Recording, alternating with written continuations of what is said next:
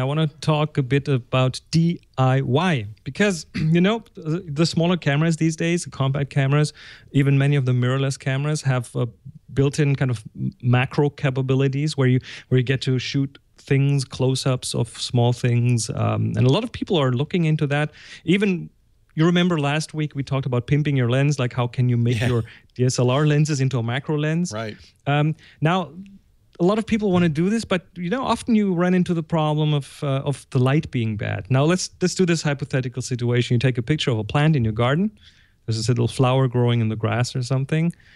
And this works for other small things too. And then there's harsh sunlight, and harsh sunlight is not a nice light, It makes it tough for your camera to get a good picture because you might have blown out highlights or underexposed shadows and things.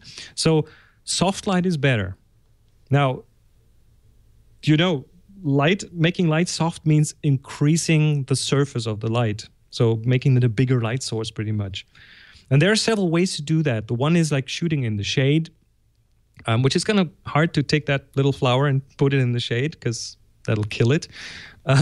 You can block the direct sun with something, like yourself, for example. If something small, you could stand between it and the sun and get a bigger light source this way. But don't you get your outline then, your shadow on the picture? Well, if it's a macro thing, you will probably be well within that range. Yeah. You could rip the plant out and take it inside in a room. Don't do that. You don't want to do this. You'll be the last person to take a picture of it. You could create a DIY diffuser, which is something that you would hold between the sun and the plant, like a piece of tissue paper, for example. That's a good idea. I like that. Well, problem is you don't have enough hands. You need an assistant for that, that's not really going to work. What you really want is what many photographers use in this situation, a light tent. It's often used in product photography. It's an enclosure where you put something inside that diffuses the light. And for a macro, you need a very small light tent. And go to ttf.com/macrolight. That's a shortcut that will get you to a website that has a wonderful, beautiful, simple-to-do DIY solution for a small light tent for macro photography. All you need is a white plastic cup, a pair of scissors, and a bit of gaffer's tape. So how this works is you cut off the bottom of that plastic cup, and I mean there are different sizes of plastic cups. You could use a bigger one, smaller one. Try it out which one works, and then attach some of the gaffer tape to the back, not to tape it to your lens, but to create the opening, the right size that you can just stick it in the front of your lens.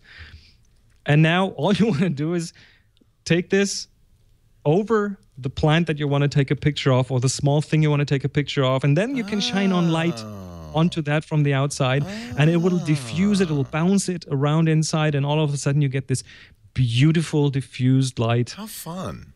And it's really just a 5-minute project, and having that with you, or just doing it in a pinch, just looking around, where can I find a cup, where can I find a pair of scissors, is going to make your macro photos in the bright sunlight much, much nicer. Much nicer.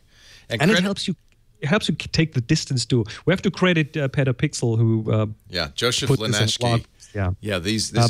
He does a great series on lynda.com, which is a sponsor, by the way, and those do-it-yourself photo series. It's so cool. He does a lot of this stuff. The last one, he was in a textile store looking for bolts of fabric to use as backdrops for photography. It's kind of fun. Exactly. There's just so many things. With this kind of thing, you could probably buy something like that from an expensive manufacturer in a specialized photo store. But very often you will find these simple household items that will completely replace it. And the truth is, a lot of professional photographers use these kind of things too. Yeah, don't feel like you're kind of being an amateur when you do this.